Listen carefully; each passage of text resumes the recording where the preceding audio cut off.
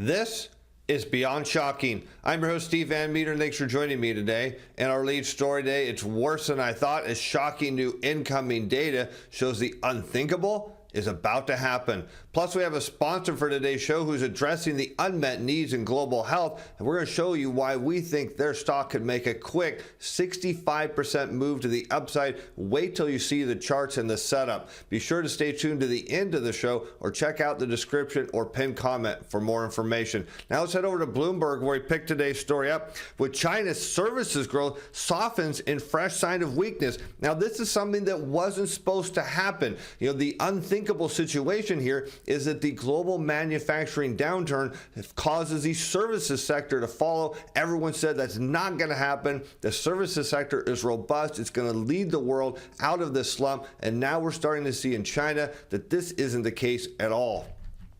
The cakes in China Services Purchasing Managers Index declined to 53.9 to 57.1 in May. Now keep in mind, a number of 50 means it's unchanged. So what we're seeing here is the services sector at 53.9 is now expanding at a slower rate. So you think about momentum in the services sector, it's slowing down, and that's putting us set up for China to perhaps hit a number of 50 here in the next coming months. And if things get worse, well, then you can almost buy in on a contraction in the months to follow that. And this is the weakest since January and well below the median forecast of 56.2. The drop indicates the stronger leg in China's K-shaped economic recovery this year is losing momentum. As I just said, it's slowing down as consumers scale back spending on services such as travel and restaurants amid elevated youth unemployment and a gloomy income outlook. The data will likely spur more calls for the government to ramp up measures to support growth. And that's kind of different than what we're hearing in the U.S., where we're hearing calls for more monetary restraint, dial back the economy, it's running too hot. And yet just over in China, who, remember, is the beneficiary of all of our consumption here in the West. You look at Europe and the United States, and all that consumption backfeeds to China. So when they're talking about concerns about a gloomy economic outlook, they're looking at the global stage saying, wait a minute, our new order demand is down, our factories aren't as busy, and consumers don't want to spend. But is this going to translate to America? Well, you bet, and not too much longer. Here we can see the total compensation chart. This is taking the average weekly hours multiplied by the average hourly earnings of production and non-supervisory employees. And what I want you to see is that these big downturns, now this is a noisy chart, but these big downturns usually predicate ahead of a slowing economy, because when people have less money to spend, when their payroll growth is not growing as fast as they want and their debt is growing faster, as we know it's happening here, we usually end up in a recession or some sort of soft landing, if you will, and back in 2015, 2016. And here we can see it slowing down again. And this makes sense. Why things in China are actually looking gloomy is because one of the reasons is American consumers just don't have as much money to spend, because following the pandemic, not only is their wage growth not going as fast as they want against inflation, but their debt levels went way up. The pressure is mounting to stabilize employment. Measures already introduced have mainly focused on providing a floor to economic growth, but we do need more comprehensive, larger scale, and stronger than expected policy support at a time when the market demand and confidence have not yet had a clear recovery. Again, you talk about the opposite of what we're hearing in the United States here, that we're going to see a soft landing or no landing, that employment is robust. But now let's go back to that chart we just looked at and overlay the 4-week moving average of initial claims, because what I want you to understand is that when total compensation growth slows down, well, you have a factor here is perhaps the reason is because the economy is slowing down. And if that's the case, what we should see is a corresponding increase in initial claims, which, as many of you know, we already are starting to see. And sure enough, that is validated. And what we see, these big moves down in compensation are usually followed by an increase in initial claims. And that tends to coincide with recessions. And now we're starting to see that this is happening here again. And this again, what the whole reason I'm shocked by this is because everyone's saying there's no possibility of recession. It's off the table. And yet the data completely confirms that this is going to happen. And it's not just a U.S. story. It's not just a Europe story. It's not just an Asian story. It's a global story. And that is the unthinkable. And now we can see in the U.S., what do we note? U.S. factory orders declined year over year for the first time since October of 2020. This from Zero Hedge, as factory orders rose a mere 0.3% month over month in May, dragging the year over year change in the red down minus 1.0%. It's the first time since October of 2020. We knew this was a matter of time before this was going to happen. Now check this out. When we look at total compensation of production and non-supervisory employees, and we overlay manufacturers' new orders in terms of durable goods, look at the tight relationship between these. So it starts to make sense as people stop buying big ticket items when their payroll growth slows. And it makes perfect sense. And as people make less money and spend less money, it just leads to further unemployment, and then you see a decline in new orders. It kind of becomes a self-fulfilling cycle here, and this is really interesting because we can expect that these durable good new orders should be coming down even further in the months to come. And what we can note is, of course, Zero Hedge says, hey, if the ISM data, if this factory survey data is anything to go by, it's going to get much worse. Now, we've mentioned this before, that the new orders, in terms of what we see, at least looking at the Philly Fed data, suggests that yes, this headline, durable goods new orders data is indeed going to come down further, but that's not the entire story here. Is what they note is German car makers are also the bleakest about their future since 2008. So here you see it's now we look at the US, and now let's go over to Germany. Of course, what did we get on their ISM data? Do you remember the manufacturing print that we talked about last week? It came in at a 40. This is tight, like depression level stuff. I mean, you're talking a massive contraction in their factory sector, and now look what's happening. Anyone who says it can't come to America, well, it's coming. And so here we can see they're bleakest about their future since 2008, and by the likes of Volkswagen, Mercedes-Benz, and BMW, they deteriorated for a fifth month in June to minus 56.9 points. Again, minus 56.9, a slump from minus 10.3 the month before, according to a survey done there. It's not far off, get this, from the 2008 lows of minus 67.8. So now we have data of the German automotive sector almost as bad as the depths of the global financial crisis, and by all points, we're nowhere even near in terms of the rest of the economy. We look at the services sector around the world, we don't see unemployment rates staggeringly high. None of that is adding up yet, but if this is where the manufacturing sector is going before we get in a recession, you can only imagine where it'll be when we're actually in one. And automakers are experiencing great uncertainty comparable to the early days of the war in Ukraine. To compensate, get this, car makers plan to raise prices, particularly in the premium and electric vehicle models. Of course, that, to me, my friends, makes no sense. Your demand is down, sales are down, and your move is, well, we'll just raise prices. I'm sure that will go over well. And even now, look, as we zoom out to the broad Eurozone, the producer price index dumps into, wait, what?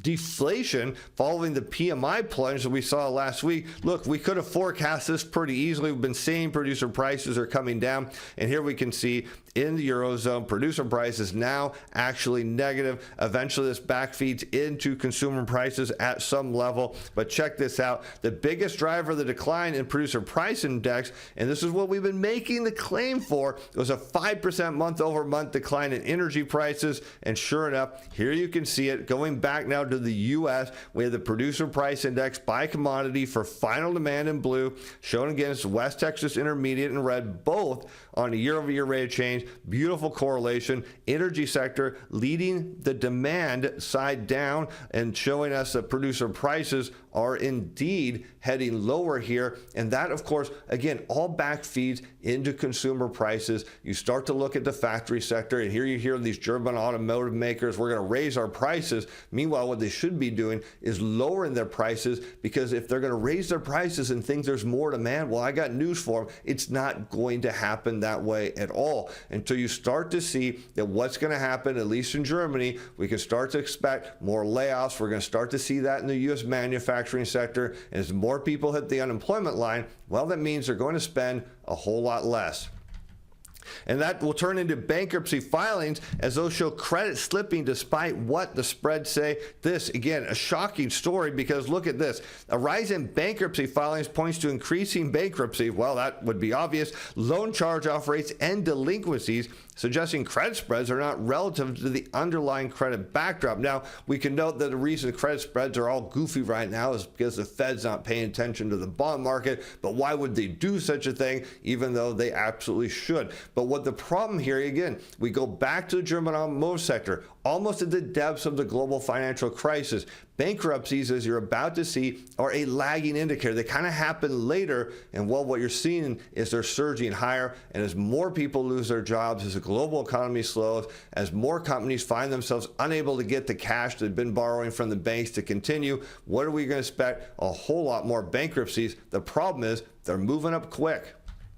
And they're noting here, they're on a chart, that we're seeing the bankruptcy filings have risen sharply despite credit spreads idling most of the year. Here you can see on this chart, bankruptcies lagged the business cycle. This is important, with a peak seen at the end of the recession. So you talk about, we use the example of musical chairs. Eventually the music stops and people lose, and then the game starts over again. The music stops, people lose. Well, you think about bankruptcies and what happens at the end of the cycle. Even those companies and even those households that were on the edge but kept making it. Well, there is a point where the last of them fall as the music stops and there are no chairs left, and that's why you tend to see this as a lagging indicator. But the fact that it's spiking now is outright a problem. And here we can see that bankruptcy filings also lead bank loan charge-off rates. The rise in filings point to the increase in charge-off rates gathering pace. Moreover, filings lead to loan delinquencies. And of course, we know that banks, on no condition, they cannot afford to charge off even a penny. You'll notice in the commercial real estate space, they haven't been charging anything off yet because they have no margin for error. These small and mid-sized regional banks, they are in dire shape, and they've got major problems. But one company that's got a big hit on their hands, that's our sponsor for today's show, and that is Athlon Medical. Let's check them out here. You can find them on the web. We'll have a link in the description and the pinned comment, plus an analyst note you can check out, and they're addressing the unmet needs in global health, and we'll show you here in a moment of how we think their stock can make a massive move higher. Wait till you see the chart set up. And the Athlon Hemopurifier is a first-in-class technology designed for the rapid depletion of cancer-promoting exosomes and circulating viruses. The United States Food and Drug Administration has designated the Hemopurifier as a, quote, breakthrough device for the treatment of individuals with advanced or metastatic cancer who are either unresponsive to or intolerant of standard of care therapy, and with cancer types and with exosomes have shown to participate in the development or severity of the disease and life-threatening viruses that are not addressed with approved therapies. Some important highlights are focused on combating cancer and infection diseases with the development of first-in-class immunotherapy technology. They're led by seasoned industry executives with extensive development and commercialization experience.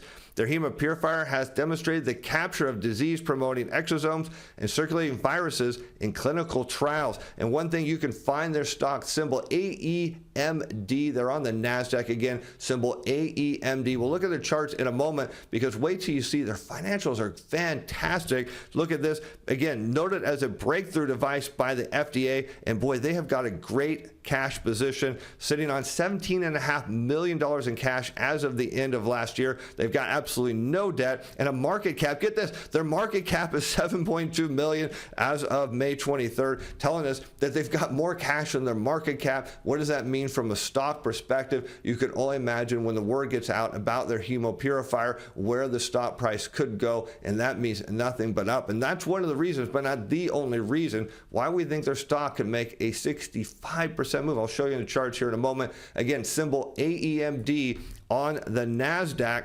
And here's their product again. It's safely administered in 156 sessions in 36 patients. It's proprietary, it's patented, and it clears life-threatening viruses and designed to clear tumor-derived exosomes. And here you can see it's got some potential therapeutic applications from cancer and, again, life-threatening viral infections. It is a phenomenal product, and it is looking to take the market by storm. And let's look at their stock here. Now we're going to zoom out to the 2-year chart, and what we can note is on the RSI, the MACD is really not helping us here, but we got the volume profile turned on, and when you see this thing is overbought, it tends to coincide with a reversal. The RSI here is doing a good job of that, and it just hit overbought territory not too long ago, is making a pullback. Now let's zoom in, because I've got these supply zones. Now, if you're not familiar with this, a supply zone is where buyers are at. You see it here on the bottom. Anytime the price gets into this low 30-cent range, buyers show up, and you can see that over the last year. And sellers, where they're dominating here, up around 60 cents. So you can kind of do the math. It's trading around in the low 30s right now. A move up to 60 cents. There is that big 65% price move we're talking about. But let's zoom in a little bit further here. Here you can see on the 6-month chart, it's sitting beautifully now, trading in the supply zone. This is where buyers have been at before, and I want you to know how fast it moves up. When this thing gets, these shares get bought up, it just rockets higher up into their zone, in that 60 cent into that sell zone. So you want to be a buyer down here into this supply zone and look to be selling at that upper zone unless it gets a breakout of that, and then it could go all kinds of much higher. And here you can note the RSI pulling back down into oversold territory. Let's zoom in. You can see that supply zone again here on the 90-day chart. Notably, all the buyers sitting here, big buying right here between 31 cents and 32 cents. Currently was trading at the time of recording at 33 cents. And that is the case, my friends, of why we think Athlon Medical can make a big 65% move higher. Again, on the NASDAQ, symbol AEMD. But keep in mind, with any of our sponsors shown on the show here, you are under no obligation to purchase this. Be sure to do your own research before placing any trades. And with that, I'm Steve Van Metre. Thanks for watching. Thanks for being fans. Bye now.